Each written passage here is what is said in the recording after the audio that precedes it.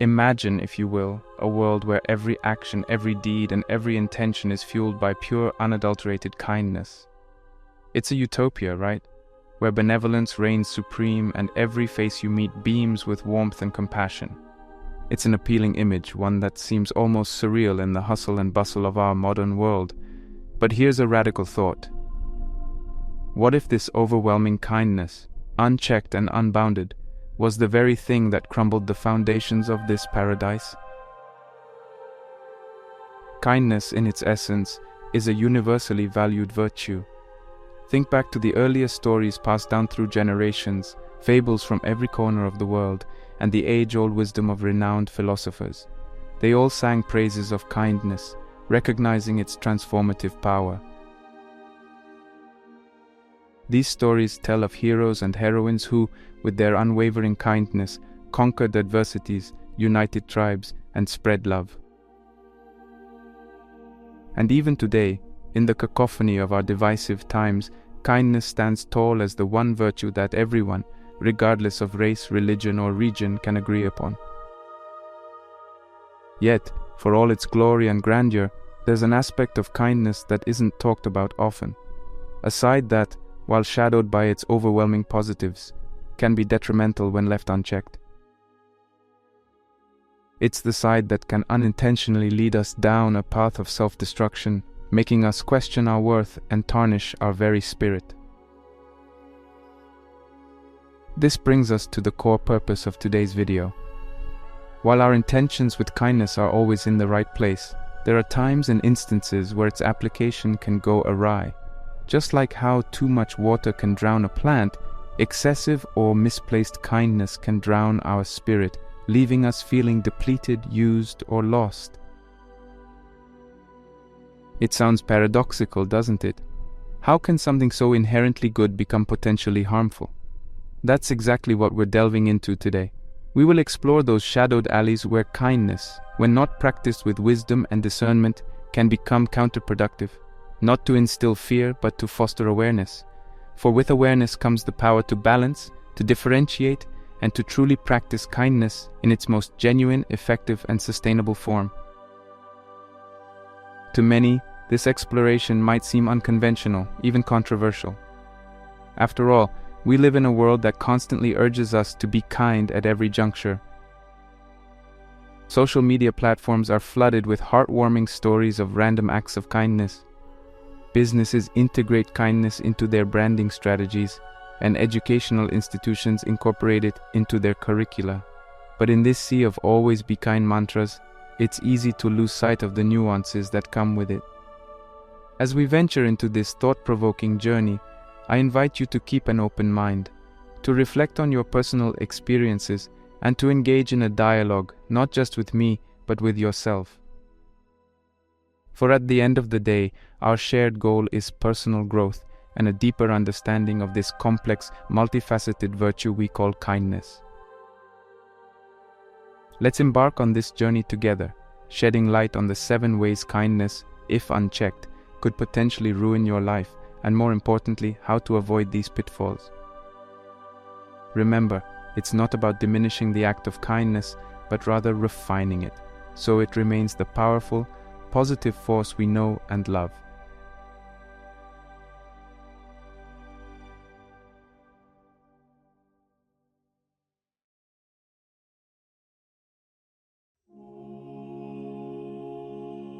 The good intentions behind people-pleasing. We've all been there at some point or another. A friend asks for a favor when we're already stretched thin. A coworker seeks help on a project during our personal time, or a family member requests our presence at an event when we're mentally exhausted. Despite the internal conflict, our instinctive response is a resounding yes. After all, what's a little inconvenience if it brings joy or relief to someone we care about?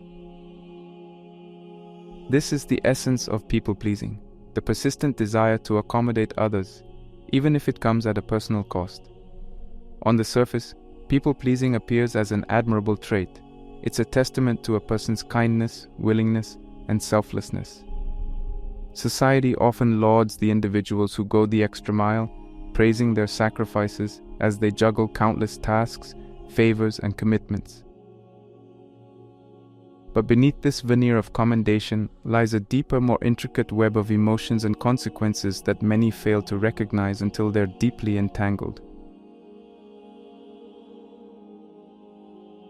The domino effect of unchecked people-pleasing.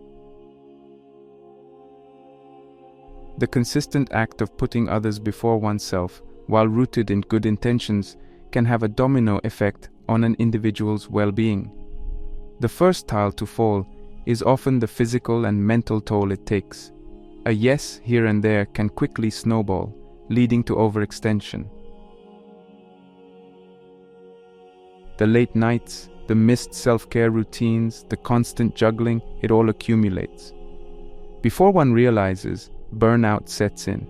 The signs can be subtle: persistent fatigue, mood swings, and a growing sense of detachment from one's passions and hobbies.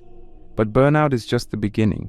As one continues to prioritize others, resentment starts brewing. It's a natural, albeit uncomfortable, emotion that emerges when personal boundaries are persistently crossed. The mind begins to wonder, why am I always the one making sacrifices? Or does anyone recognize the efforts I put in? This resentment, if left unchecked, can strain relationships, ironically defeating the purpose of people-pleasing in the first place. Perhaps the most profound casualty of unchecked people-pleasing, however, is the loss of personal identity. When one is constantly molding themselves to fit the needs, desires, and expectations of others, they start losing touch with who they truly are. Interests become aligned with those of peers. Opinions sway based on popular consensus. And over time, the line between the individual's authentic self and the people-pleaser persona blurs. Recognizing the potential pitfalls of excessive people-pleasing is the first step towards reclaiming one's autonomy. But understanding the problem is only half the battle. Implementing solutions is where the real challenge lies. The primary weapon in one's arsenal against unchecked people-pleasing is setting healthy boundaries. It's essential to remember that boundaries aren't barriers, they're guidelines that help define one's personal space, limits, and values. By establishing what's acceptable and what's not, one can begin to navigate social interactions without losing themselves in the process. However, setting boundaries means little if one cannot communicate them effectively. This brings us to perhaps the most potent two-letter word in the English language: no. Saying no isn't a rejection of the person or their request, it's a declaration of self-respect. It's an acknowledgement that while one might wish to help or participate, current circumstances or well-being don't permit it. Of course, asserting boundaries and declining requests can induce guilt, especially for seasoned people-pleasers. It's crucial to remember that saying no doesn't diminish one's kindness or value. On the contrary, by preserving one's well-being, they're better equipped to help and support others genuinely and wholeheartedly when the situation allows. In the grand tapestry of human interactions, kindness and the desire to please are threads that add vibrancy and warmth. However, like any intricate design, balance is key. By recognizing the potential pitfalls of excessive people-pleasing, setting clear boundaries, and learning to say no without being consumed by guilt, individuals can weave a life that's not just pleasing to others, but deeply fulfilling to themselves. After all, true kindness begins with being kind to oneself.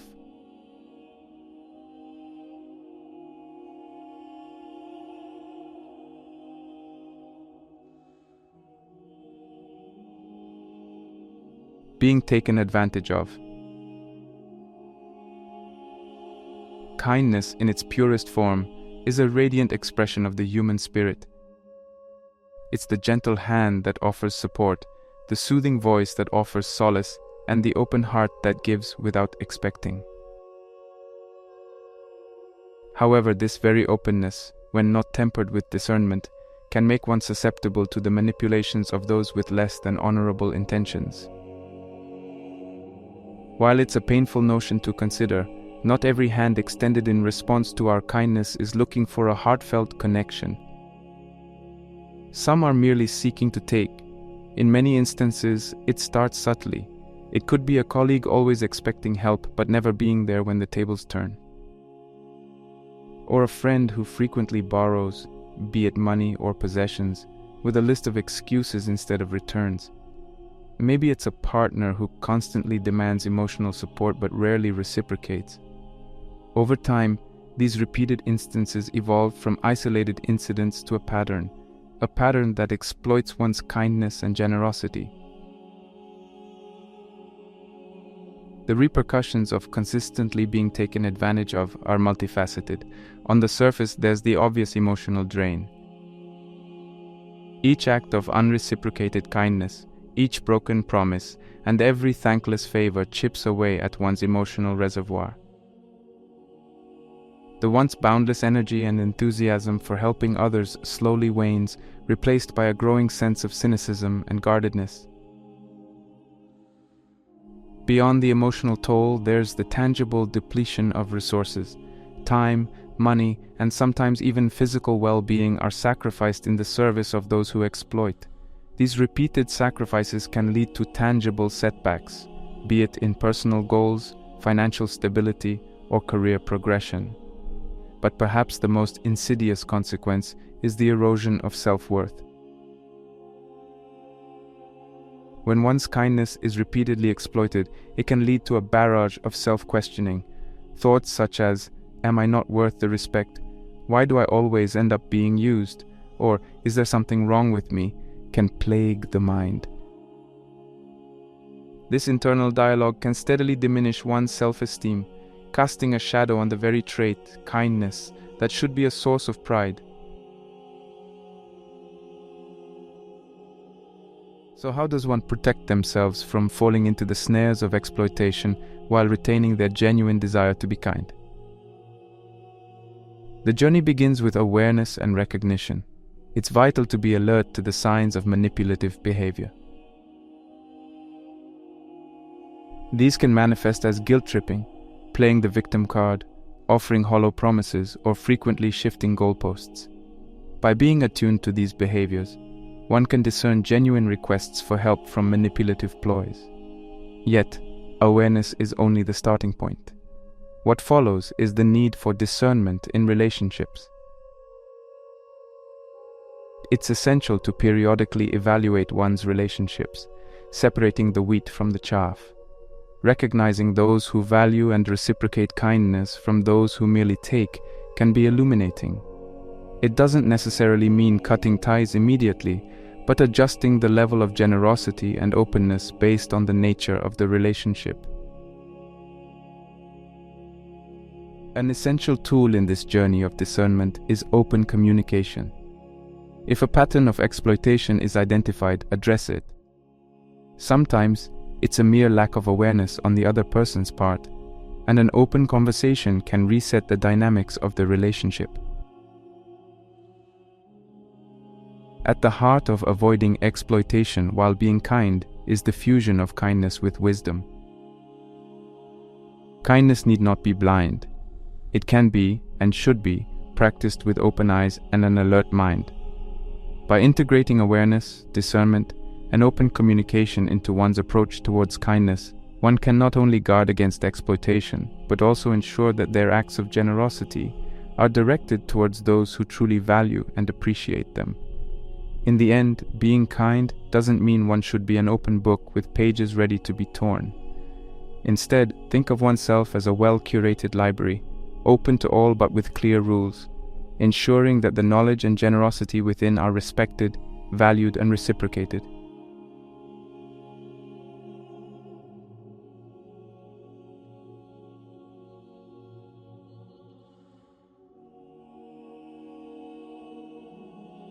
Suppressing genuine emotions. In a world that often emphasizes positivity and the power of a sunny disposition, there's an unsaid pressure to always present our best, most gracious selves. This idea is especially true for individuals with a kind-hearted nature. Whether it's in the face of criticism, in response to hurtful comments, or even during personal upheavals, there's a silent expectation to maintain a composed, kind facade. This always happy or always understanding demeanor, while commendable in many situations, can become a double-edged sword if it leads to the consistent suppression of genuine emotions. For many, wearing this mask starts as a protective mechanism. It's simpler to smile through the pain or to laugh off a hurtful comment than to confront it head-on, risking conflict or discomfort. Over time, this mask solidifies, becoming an intrinsic part of one's identity. What was once a conscious choice slowly morphs into an involuntary reflex. Emotions in their rawest form are our mind's way of communicating with us. They are signals, indicating our well-being, our needs, and our boundaries. When we consistently suppress these signals, especially the ones deemed negative, such as anger, sadness, or hurt, we're essentially muting this internal communication. The repercussions of this emotional suppression are manifold. On a physiological level, bottled emotions can lead to increased stress. The body and mind, in their attempt to keep these emotions under wraps, expend significant energy, leading to fatigue, restlessness, and even somatic symptoms like headaches or digestive issues. The mental toll is even more pronounced. Emotions, when not expressed or processed, don't simply vanish. They simmer beneath the surface, and over time can lead to a range of mental health issues, from anxiety and depression to a pervasive feeling of emptiness. This consistent suppression can also result in emotional outbursts, where the pent-up feelings explode in situations unrelated to the original cause. However, perhaps the most profound consequence of this suppression is its impact on relationships. Genuine, deep connections are built on authenticity. When one constantly hides behind the mask of perpetual kindness, they prevent others from seeing, understanding, and connecting with their true selves. This lack of authenticity can stifle the depth of relationships, rendering them superficial. Breaking free from the shackles of suppressed emotions begins with acknowledgement.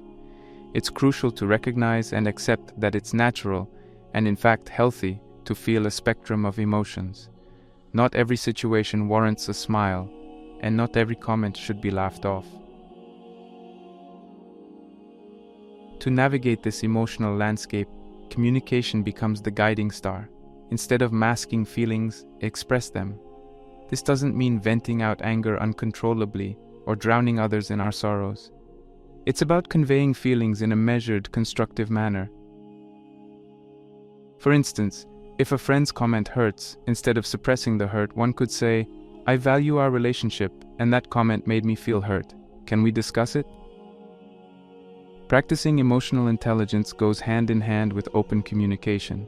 Emotional intelligence allows us to not only recognize and understand our emotions, but also to manage and express them appropriately. It provides the tools to convey feelings without causing harm, ensuring that the message is understood and not just heard. An essential aspect of this journey is to surround oneself with supportive individuals who value emotional honesty. Seek out friends, family, or even support groups that encourage genuine expression and create a safe space for open dialogue. In essence, the journey away from suppressing genuine emotions is a journey towards authenticity. It's about embracing the entirety of the human experience, the highs and the lows, the joys and the sorrows. By communicating feelings honestly and practicing emotional intelligence, one can not only foster better mental and emotional well-being, but also cultivate relationships that are rooted in genuine understanding and deep connection. Remember, true kindness isn't just about being kind to others. It's equally about being kind to oneself, and part of this kindness is allowing oneself the freedom to feel, to express, and to be truly wholly human.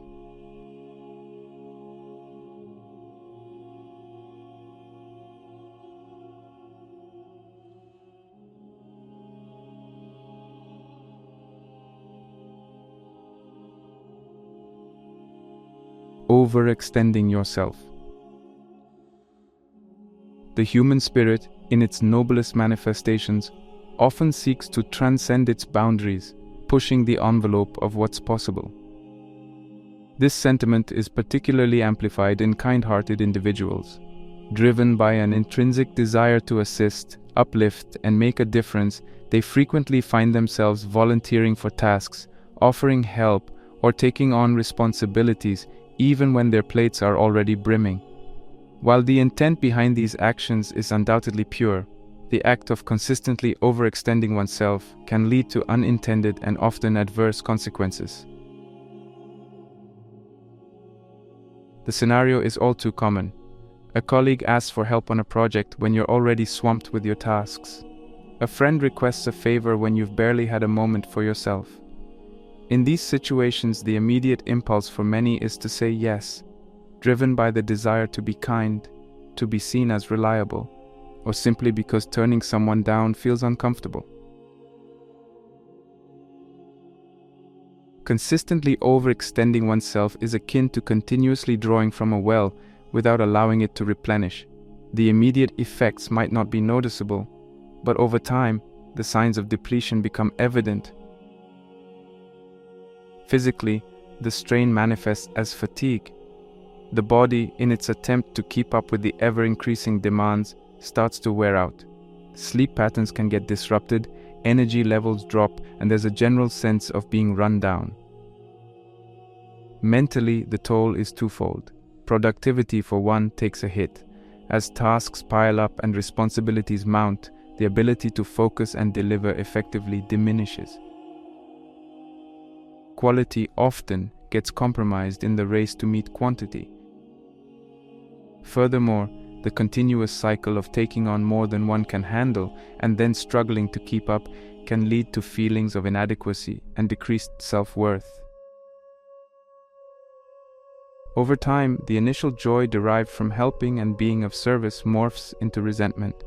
This resentment can be directed towards the very people one is helping, or even towards oneself for not setting boundaries. It's a perplexing emotional state, being resentful for actions driven by one's intrinsic kindness. Preventing this cycle of overextension begins with a crucial realization: recognizing one's limits. This doesn't equate to admitting inadequacy or lack of capability. Instead, it's about understanding that, like every resource, one's energy, time, and capabilities are finite. And to be of service in the long run, one needs to allocate these resources judiciously. The practice of self-awareness plays a pivotal role here. Regularly check in with yourself, assess your energy levels, gauge your mood, and evaluate your workload. If you find yourself consistently fatigued, overwhelmed, or irritable, it's a signal that you might be stretching yourself too thin. Coupled with self-awareness is the art of saying no. Declining a request or turning down an offer doesn't diminish one's kindness or value. It merely signifies a momentary pause, ensuring that when one does say yes, they can do so wholeheartedly and effectively. Another essential facet in this journey is self-care. Prioritize activities and practices that replenish your energy and spirit. Whether it's a hobby, meditation, exercise, or simply taking breaks, ensure that you're carving out time for rejuvenation. Remember, you can't pour from an empty cup. The crux of the matter is this: kindness, while a profound virtue, must be practiced in moderation, not in terms of how frequently one is kind, but in understanding when to offer help and when to step back. It's a delicate dance between generosity and self-preservation. In the end, the goal isn't to limit one's kindness, but to ensure its sustainability. By recognizing limits, practicing self-awareness, and prioritizing self-care, one can strike a balance, ensuring that their acts of kindness are not just fleeting gestures but lifelong commitments.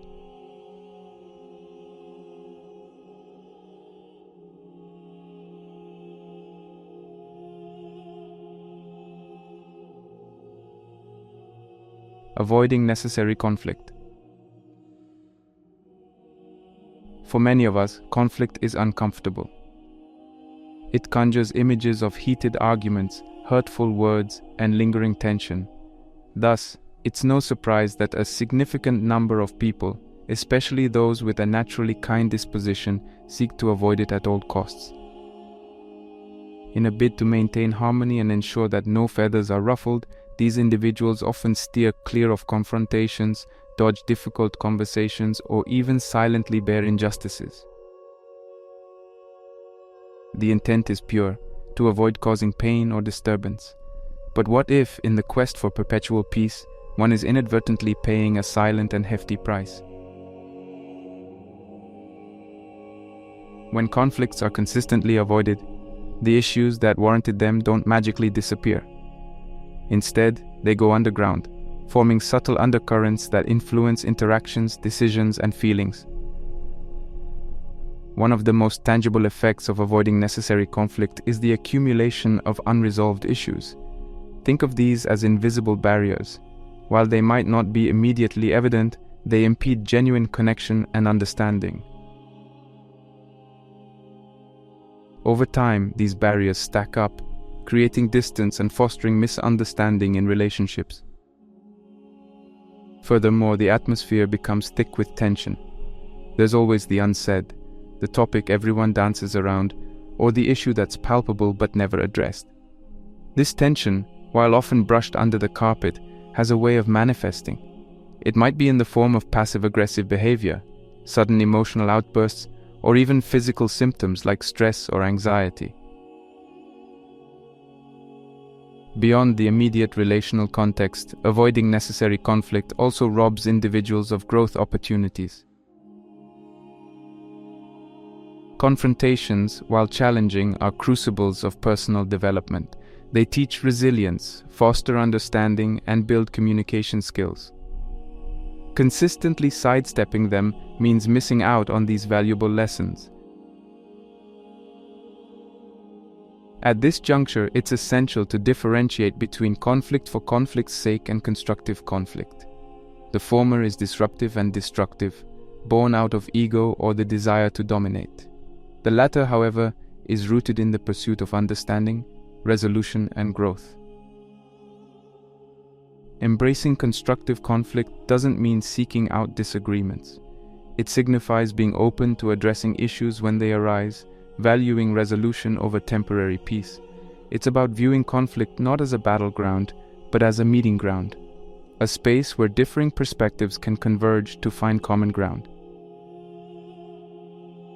Effective communication is the cornerstone of constructive conflict. This entails active listening. Before responding, truly hear the other person out. Understand their perspective, feelings, and concerns. Speaking without accusing. Frame statements using "I feel" rather than "you did." This reduces defensiveness and opens the door to understanding. Seeking clarification. If something is ambiguous or unclear, ask questions. Avoid making assumptions. Finding common ground. Focus on shared goals or mutual concerns, using them as a foundation to build upon. Agreeing to disagree. Recognize that it's okay to have differing opinions. The goal is understanding, not necessarily agreement.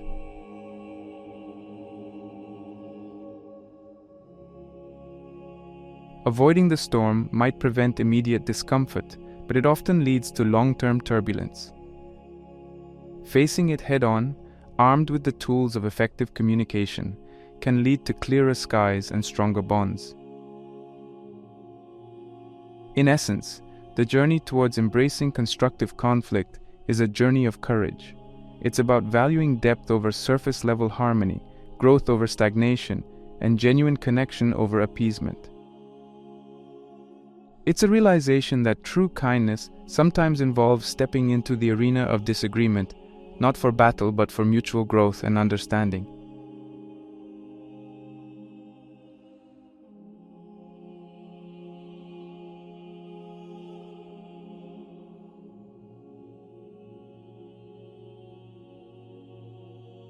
Diminishing your self-worth.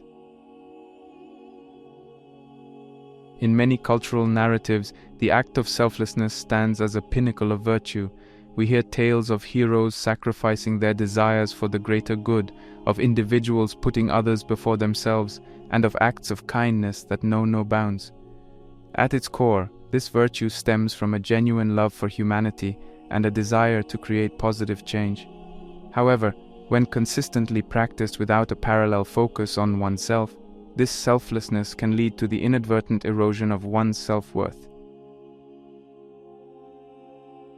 When one constantly prioritizes others, a subtle message begins to embed itself in the psyche, that others' needs, feelings, and desires hold more weight than one's own. Over time, this belief solidifies, leading to a myriad of adverse consequences. Low self-esteem stands out as a primary fallout. If you constantly sideline your desires and aspirations, you start questioning your worth. A persistent feeling of being less than or not good enough takes root. This isn't just a fleeting emotion, it influences decisions, actions, and relationships. Feeling undervalued becomes a natural byproduct.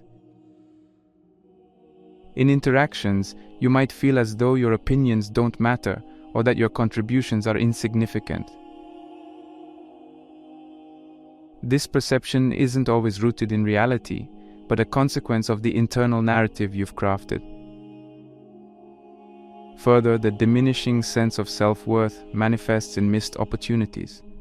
If you don't value yourself, you might not advocate for that promotion, pursue that dream project, or stand up for what you believe in. Essentially, the world is robbed of the full spectrum of your potential simply because you've chosen to dim your own light. The journey back to recognizing and embracing one's self-worth isn't about swinging the pendulum to the other extreme and becoming self-centered. It's about finding a balanced middle ground where kindness towards others is complemented by kindness towards oneself. Self-compassion lies at the heart of this journey. This means treating yourself with the same level of understanding, patience, and love that you offer to others. Recognize your achievements, however small, and celebrate them. Acknowledge your failures not as indictments of your worth, but as stepping stones of growth. Develop a nurturing inner voice, one that uplifts rather than belittles. At the same time, cultivate assertiveness. Being assertive isn't about being aggressive or domineering. It's about expressing your needs, feelings, and boundaries in a respectful yet firm manner. Assertiveness training or workshops can be instrumental in honing this skill. Here are steps to integrate self-compassion and assertiveness into your life. Regular self-reflection. Dedicate time to introspect. Understand your needs, aspirations, and feelings. Validate them. Positive self-talk. Challenge and replace negative beliefs about yourself with uplifting affirmations. Set boundaries. Clearly define what you're comfortable with and communicate it. It's okay to say no, to ask for what you need, and to prioritize your well-being. Seek feedback. Talk to trusted friends or family. Understand how they perceive you and juxtapose it with your self-perception. This can offer valuable insights. Invest in personal growth. Attend workshops, read books, or seek therapy. Tools that enhance self-awareness and assertiveness can be transformational. True kindness isn't a zero-sum game where compassion towards oneself detracts from compassion towards others. In reality, by nurturing one's self-worth and ensuring that the wellspring of self-love is abundant, one can offer more genuine, sustainable, and impactful kindness to the world. In essence, the act of valuing oneself isn't selfish, it's foundational. It ensures that your acts of kindness emerge from a place of fullness rather than lack, from choice rather than obligation, and from love rather than duty.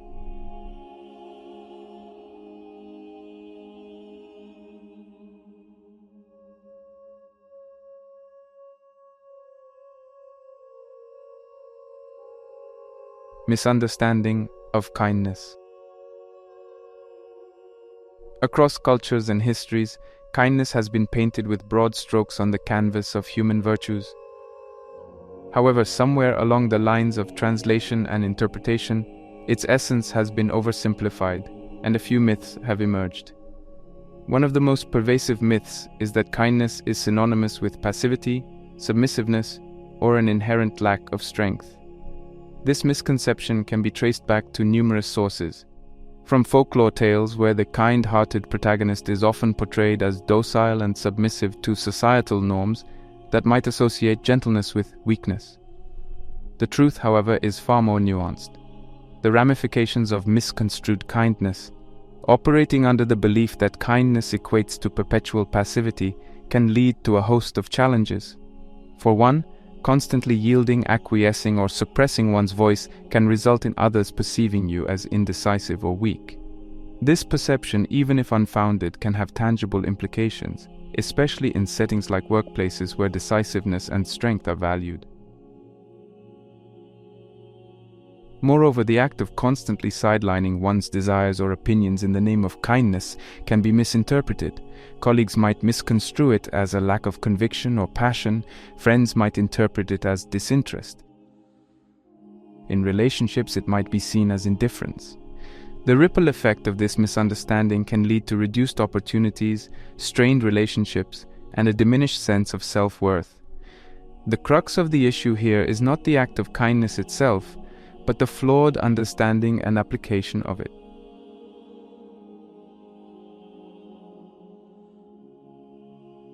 True kindness is neither weak nor passive. It is in fact a powerful force, a blend of compassion, wisdom, and strength. Kindness is not about never standing up for oneself or never showcasing one's power. It's about knowing when to exercise that power, how to do it with grace, and doing so for the right reasons. True kindness is the strength in lending a hand to someone in need. It's the wisdom in understanding when silence speaks louder than words. It's the courage in standing up against injustices, not just for oneself, but for others too. Kindness, in its purest form, is assertive.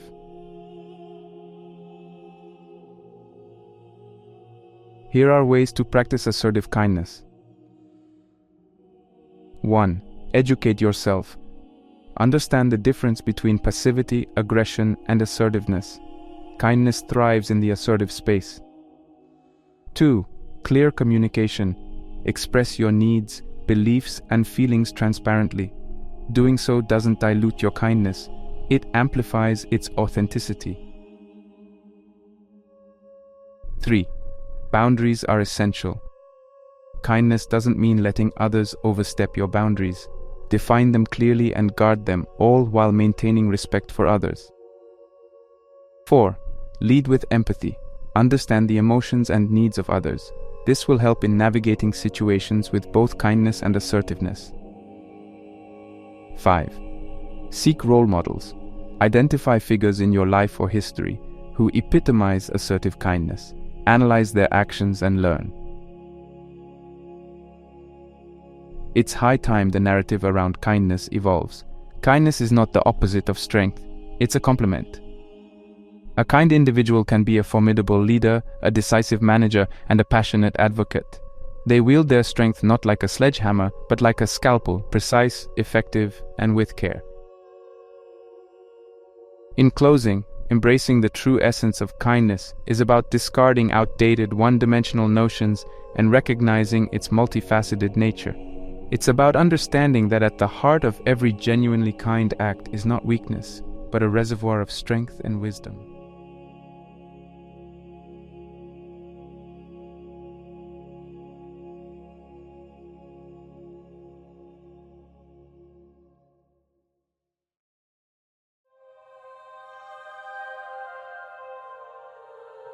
As we've journeyed through the nuanced landscape of kindness, we've dissected its multifaceted nature, shedding light on the pivotal touchpoints where its essence can sometimes become misguided or misdirected. 1. Excessive people-pleasing, the danger of always seeking external validation and the criticality of setting boundaries. 2. Being taken advantage of, recognizing and navigating the treacherous waters where genuine kindness can be exploited. 3. suppressing genuine emotions, the silent cost of always wearing a kind mask, and the liberation of authentic emotional expression. 4. Overextending yourself, the pitfalls of stretching oneself too thin, and the importance of understanding one's own limits. 5. Avoiding necessary conflict, the hidden detriments of constantly sidestepping confrontations and the growth fostered through constructive conflict. 6. Diminishing your self-worth, the subtle ways in which continuous self-sacrifice can erode self-value and the rejuvenating power of self-compassion. 7. Misunderstanding of kindness, debunking the myth that kindness is passive, highlighting its inherent strength and assertiveness. The tapestry of kindness, woven from these threads, paints a vivid picture. It's not just about benevolence, but balance. It's not solely about selflessness, but also self-respect. True kindness, when understood and practiced wisely, becomes a potent force that enriches not just the recipient but also the giver. Yet, like any force, it must be wielded with awareness and care. Let kindness not become a weight that drags you down, but wings that let you soar. It's essential to remember that being kind shouldn't come at the expense of your well-being or self-respect. Like the yin and yang, there exists a harmonious balance between selflessness and self-care. As we close this chapter on kindness, let us carry forward the powerful truth that real kindness is not a whisper, but a resolute voice. It is not the surrender of strength, but its very embodiment. True kindness is the courage to uphold boundaries while opening your heart, the fortitude to stand firm in your values while extending a helping hand, and the bravery to be compassionate without losing sight of your worth. Let this be your guiding star. Kindness is not the absence of strength, but the presence of strength used lovingly. Hold this principle close, and let the strength of your kindness be the light that brightens the world, a steadfast beacon of hope and humanity.